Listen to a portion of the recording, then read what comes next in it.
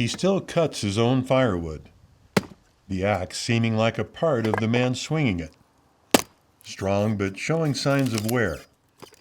At the age of 98, Vic Sundquist just keeps going. Logging has been his life's work, like it was for his father and his grandfather before him. Vic's daughter Anita Long has worked with her dad since she was little. She and her sister and brother all were raised with chainsaws in their hands. The Sundquist family reunion at Granddad Vic's house in Dolores, Colorado is always on the same day as the town's Escalante Days Celebration. The main event of Escalante Days is a chainsaw competition, and family Sundquist plans on making a strong showing again this year. Last year, one of my great-granddaughters, first time she'd ever tried it, and damn, she didn't get a medal.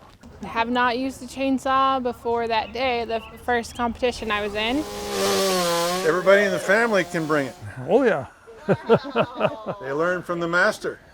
Well, yeah, they've been watching guys who know what they're doing, huh? Yeah, that guy. Yeah. They learn from the best. We were blessed, I think, really blessed to have him and Grandma around.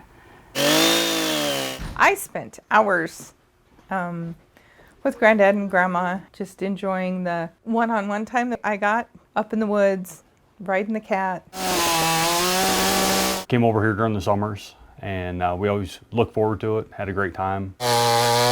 We'd all go up and go fishing in the little streams and catch fish, and next day Grandma would come in and cook hot cakes and fry up the fish, and had a big feast the next morning. And she made the best pancakes. They were delicious. So that was some of the fondest memories as a kid. I strive to be like he is. He's always been the strong one, probably the toughest man I know, even now. He just never quits. How are you? Good. Hi, I'm Nate. Hi, Nate. Dale Sanders. Nice to meet you. Nice to meet you. Hey, Vic. Yes, sir? How are you, sir? Pretty good, how are you? Good to see you. Yeah, you too. Dale Sanders grew up in this area. He's known Vic and the Sundquist family all his life. I don't know why I didn't tell you to come to the house last night. Oh, I got in late. That's Dale's aunt, Yvonne Rule, who goes by Vonnie. Her brother, Vic Hodges, the cowboy, is here too. Their sister, Ruby Sanders, Dale's mother, went to high school with Vic Sundquist, and Dale's father, Doyle, and his uncle Ray were logging in McPhee at the same time as Vic. Small community like McPhee, so we pretty much knew everybody. And I knew Doyle and Ray. Dad and his brother, Ray, came out right at the recovery of the Great Depression. So my uncle came out as part of the CC camp that was started up here as a part of FDR's rebuilding of America. My dad came out to Dolores as part of the logging boom in the late 30s. So that was kind of the gold rush of its day. Well, That's Air Corps. Yeah. We told you that already. Yeah, oh yeah, I remember all that history. The history of this area is important to Dale Sanders. That's one of the many reasons he wanted to produce this documentary. I can remember as a small boy knowing that this was a kind, gentle, special man. And at 98 years old, he's the last of an incredible generation, but individually, he's just an amazing human being. Of course, the history of him with my dad and my uncle in the beginnings of the logging industry here in Dolores and McPhee, I just wanted to capture that whole story before it gets away. I got 5 generations of my family logged right around this area. Grandfather started logging with oxen. His son logged. My dad logged, and I logged, and my son logged. He's so lucid, and he's so on top of facts. So we just had to do it. Escalante Days in Dolores is a celebration of an adventurous past when logging, mining, and ranching brought prosperity to Montezuma County, Colorado. On a normal day, Center Street is quiet, too quiet. The main thoroughfare, which we're standing on right now, got bypassed, so downtown died. It just died. And the bypass, I think, killed a lot of small towns in Colorado. Dolores was a different town back then. Oh, heck, you Had bet. 3 bars down here, Yeah. a couple of dealerships, car dealerships. I mean, it was a thriving community. It's completely different than when I was growing up, much less when he was young. In the 20s and 30s, McPhee was the biggest sawmill in Colorado at one time. Logging is pretty much gone. What's the future look like here? Well, not very hopeful, nope. A few cattlemen and ranchers and raise little crops. Ranching isn't what it used to be. Ranching used to be a big part of the community, but ranching now, you know, is all kind of corporate. See those buildings there? In the distance? We call that McCabe's cow camp. McCabe's were pretty good size. They had 400 or 500 pair. But Wallace's they had thousands of acres that Walter had accumulated. A big family of them, and they all were in the cattle business. And they run about 1,000 mother cows and 1,000 steers. And I went and stayed with them, what was it, 8? Yeah, Vic worked like a man when he was 8 and 9 years old. That was Wesley Wallace, Johnny Green, Lloyd. That was me. And then I worked up at Groundhog at the lake.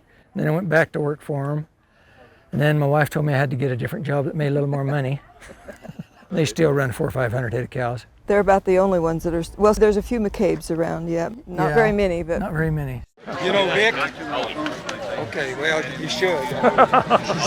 He's only been here his entire life. The story of Victor Nathan Sundquist and the history of the logging boom in Dolores, Colorado began at the same time. Born in El Vado, New Mexico, June 15th, 1920. Used to call it payday at McPhee, payday 15th. Anyway, my mother was Barbara Catherine Johnson, and my dad was Victor Anders Sundquist, came from Finland when he was 15, so the story is. Vic's dad was known by his nickname, Jumbo. Together he and Barbara had 5 children, 4 girls and Vic, the only boy. They lost one daughter to appendicitis because they were too far away from help. My 3 sisters and me, that one is Lena. Next to her is Lucille, and on the left is Louise, and then I'm holding a stick or a ball bat or whatever it is. I was the outlaw of the butts, you know. When the timber supply was exhausted in El Vado, New Mexico, the McPhee and McGinney Company moved their lumbering operations to southwest Colorado. The company built the sawmill town of McPhee in 1924. There's McPhee right here. Right there. This is the big mill, and that's the pond where they put the logs in. The big mill was probably, pretty close to the middle there. This is the big general store and office and post office was in this building. And over here was the rooming house. Then up this street here is where we lived. When they came from New Mexico, the mill down there bought 400 million board feet of timber. So then they proceeded to move the town at El Vado and the mill and the railroad all up here. Bought this land and built the town, built the railroad, built the sawmill. Big deal. And 50 miles of railroad. Heck of a project. And they would cut 30 million board feet of lumber in a year at McPhee. By the time they quit logging with the railroad, the end of the railroad was up there, about 50 miles. The site where the town of McPhee once stood is now McPhee Reservoir. The town was dismantled in 1948 when the logging boom ended here, but when Vic came in 1925, the logging boom was just starting. Well, I was 5 years old when I came from New Mexico. My dad first started logging with horses. My grandfather started logging in this area with oxen. Of course, that was my mother's father. The company would find contractors to cut and skid their timber and deck it along the railroad so they could put it on the railroad cars. My grandmother on the right, my mother next to her, and then the 2 girls are my sisters. We grew up in the logging camps. This is taken at the schoolhouse where I first started school in Beaver Camp. That is me right there on the right-hand side. Good-looking kid. Why, sure. And where we're going next, right over, you see that point of land there coming out like that? That is House Creek. It's got a big, one of the big company camps, horse camp, and it's right close to where that fire is going right now. Well, that's got to be smoke. coming out there in this too. Boy, it's really smoky. Look at that. 2 nearby forest fires in the area made it hard to get to the logging camps. Oh yeah, the gate's locked. Yeah, they got her closed. Luckily, Vic knows every old logging road and shortcut in these mountains. This road more or less followed the railroad grade up, all the way up to Horse Camp. The railroad went right down through there. They logged it all with teams and wagons. The rangers would go out and blaze the trees that they wanted cut. And that's the only thing you could cut. Haul it out of the woods to the railroad and then pick it up off the loader that was mounted on the railroad car. And it'd slide from one car to the other, you know. See all this spot over there? The flat? That's where my dad had his first logging camp. Guys like my dad and my granddad, they had smaller little camps of their own. My mother and my grandmother and my sisters and my helper, they cooked for these men. They must have had, what, 15 or 18 guys. And they'd move as the timber. They logged the timber that was there, then they'd move camp. This is my uncle there and my granddad right there, moving the camp. Just drag them with the teams. This is moving camp with the Oaks team. According to the Dolores Star, in February of 1926, the Sundquist camp was able to move 35 houses to their new logging camp location in less than a day. Of course, I was a little old puny thing then.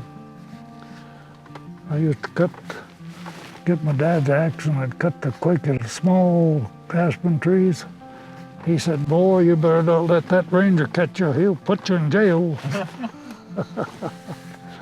Yeah, he was a guy. He was a guy. They used to call him Mr. McPhee. Yeah. I'd follow my dad around in the logging woods and riding with him on trucks. So when I was 15 years old, there was some logs laying on the side of the road, and we called it cross-hauling. To put the skids up on the bunks of the truck, roll the logs up like that, and then chain them down. And so we loaded that load of logs on this truck, tied it down, and he said, "Okay, take it to the mill." I was 15 years old. Jumbo. That's what they called my dad, Jumbo. They used to say when you thought of McPhee, you thought of Jumbo, and vice versa. When you thought of Jumbo, you thought of McPhee. He was only 52 when he died. He was a mechanic, and a piece of machinery mashed his foot. So a blood clot's what killed him. Yeah. So what was the best thing about being a logger? Out in the woods, and usually we had good water to drink on the creeks and stuff, you know, like that. Even now, they talk about these big cathedrals in these towns, you know. And I say, you go out in the woods and look up, you're in a cathedral right there. This is it, horse camp. Got a picture taken of my granddad's horses right off over there. This was all full of cabins and barns and people and all this here and up there and up here. Because it was a big camp, lots of people, at least 300 or 400. In fact, my wife lived up there before I ever knew her. She and her dad worked on the railroad with his teams. But Vic and his wife wouldn't meet until high school. You can see how big it was. And there's a big barn there. Now this is all railroad. It shows a lot of those spurs that come off the main road. And there's some wintertime logging, 6 horses there. They wanted my granddad to go 5 miles around here with his wagons up on top up there to get the timber. So he went up here and built him a log chute and slid the logs down to the railroad. Right up on that, start on that ridge up there where that gap is. Can you see that gap in the timber up on top? I can. Well, that's about where the chute was, up on top. And then it come right down the hill like that and slid the logs. That's a pile of logs at the end of the chute there. The railroad's right in here, so they just reach over with the loader and pick them out. When they were going big, they shipped lumber and stuff clear back to the East Coast. Southwest Colorado's logging boom of the 1920s brought rapid growth to the area near Dolores, Colorado. It brought railway lines and highways, and it brought lots of people.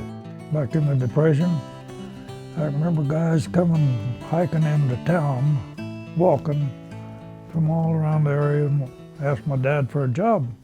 Well, what can you do? I'll try anything you got. Anything to make $1 or $2. The logging, mining, ranching, and farming industries helped southwest Colorado get through the Depression years. But less demand for lumber had slowed the McPhee logging boom. After the Depression, it was pretty spotty, smaller mills and sparse timber. Well, not sparse, but hard to get timber and stuff. Vic's dad, Jumbo, convinced the company that trucking logs to McPhee would be more economical than using trains. The train loader was converted to a truck-mounted truck loader. There's that picture of those trucks. That's part of the fleet of trucks that was hauling logs into McPhee. That's when I first got to know Doyle and Ray. Ray Sanders' truck, Doyle Sanders' truck, my truck's right there.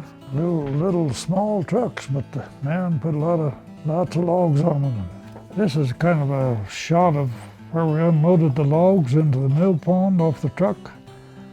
The log is just rolled into the pond and splashed. Of course, the more trips you made, the more scale you got into mill. So if you could get loaded out, say, first 3 or 4 in the morning and nothing happened, sometimes you get 3 loads a day. Well, that's about 12,000 feet, and we was getting like $2 or $3 a thousand to haul them. So we'd come in the evening, and grab a bedroll and a lunch, go back and sleep under the boom, we called it. We'd sleep right at the loader so we'd get loaded out first, see. But it didn't always pan out that way. Little trucks and big loads, and lots of things go wrong. Vic hauled logs part-time until he graduated from high school in 1938. After that, it was his full-time profession. And then in June in '41, 2 friends and I enlisted in the Air Force. Air Corps was called in those days. U.S. Army Air Corps. A few days after I went into service in '41, the big mill had a big fire and burnt the big mill down, and it went downhill after that. Vic spent all of World War II in the Army Air Corps, but he never saw combat. He went into the Air Corps to become a pilot, but started taking the physical. There's pictures there. I was going along pretty good, and the colonel says, "We can't have you flying our planes. You're colorblind as hell." They wouldn't even let me be a pilot on a glider or anything. Finally, I wound up as a mechanic gunner on a B-29. Vic's mom and dad were divorced, and Barbara had remarried. She was living in Seattle in 1943 when Vic and an Army buddy got leave and came for a visit. Vic's high school sweetheart, Bertha Lynch, who also was the girl living next door to him in Dolores, came to Seattle to see him. I finally twisted her arm, convinced her to get married, and we had to get a deal from a judge in order to waiver their waiting periods and stuff, because I had to get back to Illinois to the base. Vic and Bertha's son Victor David was born in 1944 while Vic was still in the service. His B-29 crew was about to deploy to fight the Japanese when the war suddenly ended. When the Japs quit, I was at Barksdale. We were waiting orders to fly over, and they quit the day we were supposed to get our orders. But wow. Discharged in November 1945. I had to get home and start logging, but got sidetracked. I went to see my mom, like I said, and spent 9 years out there.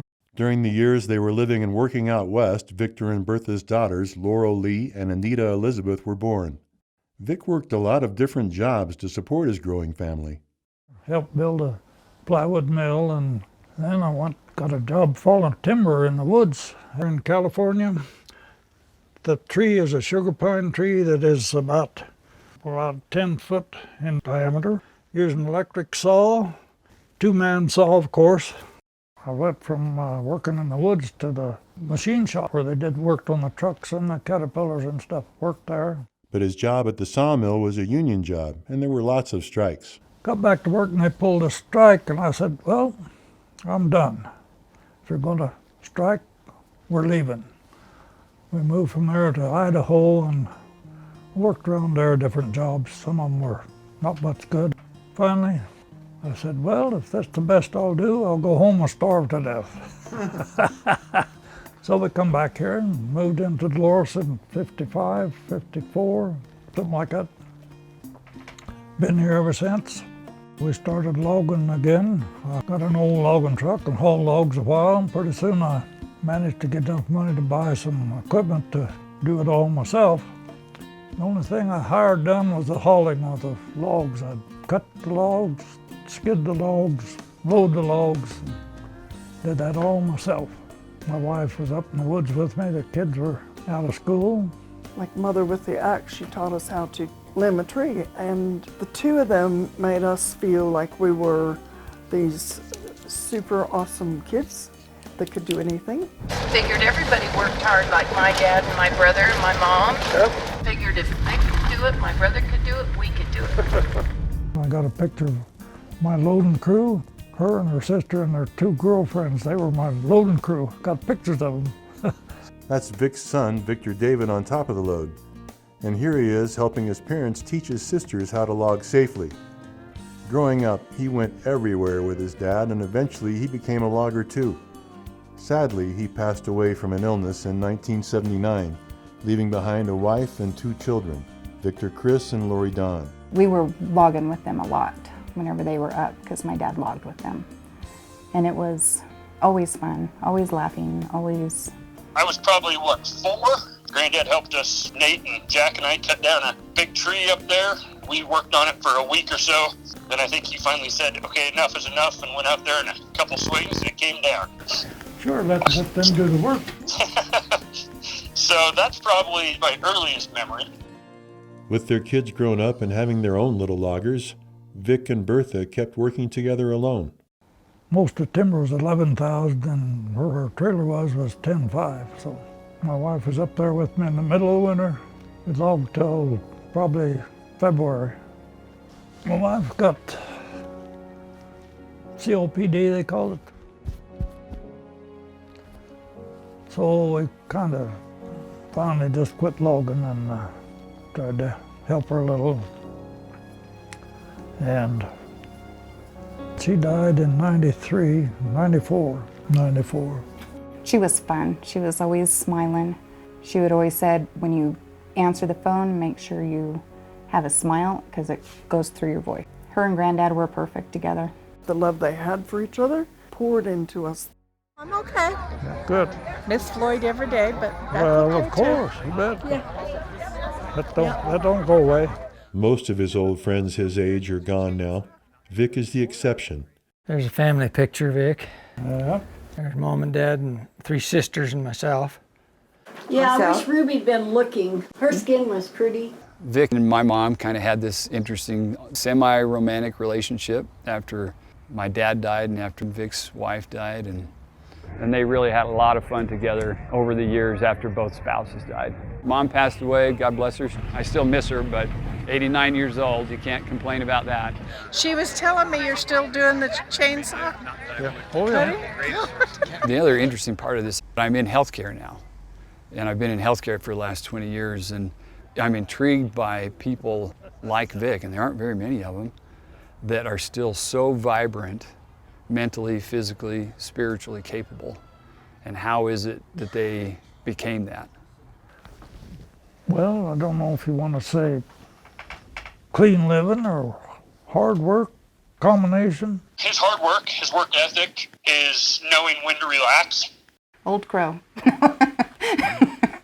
He likes his Old Crow. He's always ate meat. He's always done everything that they tell you not to do, but his mind is very sharp. He just keeps going. He doesn't stop, ever. Staying busy and having family around to, enjoy and take care of each other. Family is an important part of it. Family and social connections is an important part of that longevity. And the Sundquists have maintained that family. And it's so cool to see that. It's heartwarming to see how much they love him. Supposed to start at 11 o'clock? Yep. Yeah. Right on time. It is. All the way around. You doing okay, brother? You bet. You look you're unreal. He's unreal, honey. Pretty cool. It's all her fault.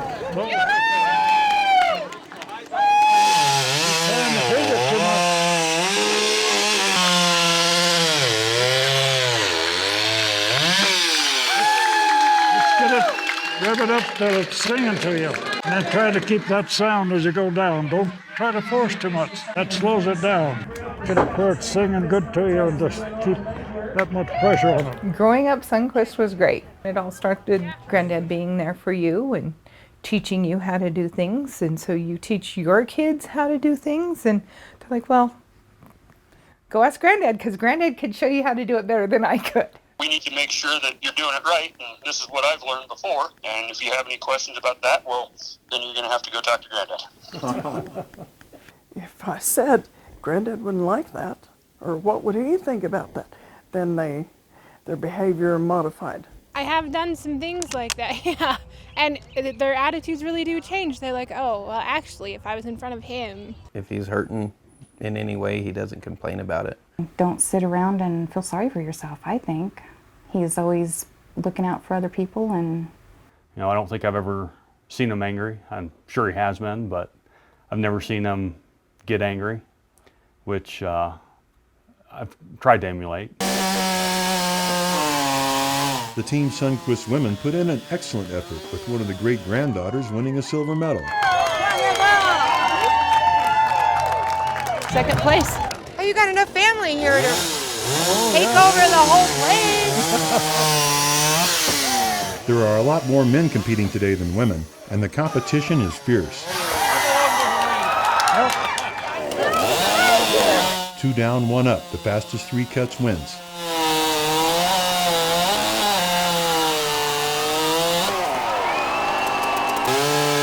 Sundquist grandchildren, the brothers Jack and Nate Miner, tied at 12.8 seconds.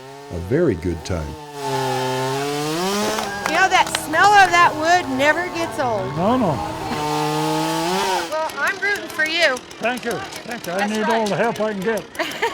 Oh no, we're all probably rooting for you. Victor, I love you, babes.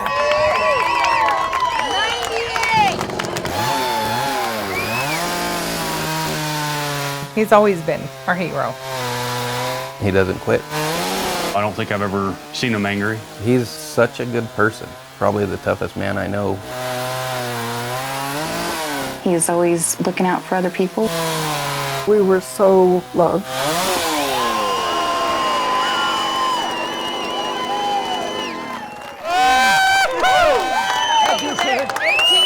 And 24/10 of a second. Is that good or not? Victor Nathan Sundquist is a champion. He didn't have the fastest time today, but he did win the respect and admiration of everybody here, and he won their hearts. Of course, there's always next year. Come back and try again, Vic. Yeah. Pretty good. Happy birthday to you. Happy birthday to you. Happy birthday, dear Granddad. Happy birthday to you. Very good, very good. Yeah, yeah. Victor's 99th birthday party in Dolores brought 5 generations of the Sundquist family together to honor the patriarch. Thanks a lot for everybody coming, and thanks for everybody for being with me, being you guys with me. Whenever you're growing up, listen to what your folks are telling you. Your folks and your grandparents and everybody. Listen. Years later, you'll remember some of that stuff, and it'll help you. Stand up and be a man and do what needs to be done. Just try to do the best you can at everything you do and work hard, take care of your family. To do your best and keep on trying. No quitting. He taught us how we were supposed to be treated. And I think that was the main thing. And to stand up for ourselves and be a real person. Everything that he says and does is very authentic, and I think it's super rare. He's one of the wisest men I know, and he's been around for a lot longer than any of the rest of us. So I always grew up listening to the stories, thinking about how cool it was. There's just a great legacy he's put on. His grandson, Andy Long, brought Vic 1.5 cords of wood for his birthday. Wow, you guys did great. He chopped and loaded it himself. Merry Christmas. No, it's happy birthday. No, the best part about it is we don't have to do it. Well, you bet. Oh, yeah. There's no labor shortage here. All of the young men and boys jumped to help unload Granddad's wood. They all compete to carry the most and work the hardest to show their granddad they've learned his lessons well. Work hard, work hard. I mean, not just fiddle around about it, work. If they tell somebody they're going to do it, that they do it. Do a good job, be honest, just try to be fair. Got to be fair with people because you expect to be fair. Future generations of family Sundquist will continue to teach Granddad Victor's simple wisdom to their children, helping to guide the family along their way. I think that we'll be able to stick together because, I mean, he's already set a good enough example for us. Just that people like that exist and that we should be more like him. I've got all confidence in the American people and my family and to do right and come out good. Well, Vic, you've done your part. The rest is up to us.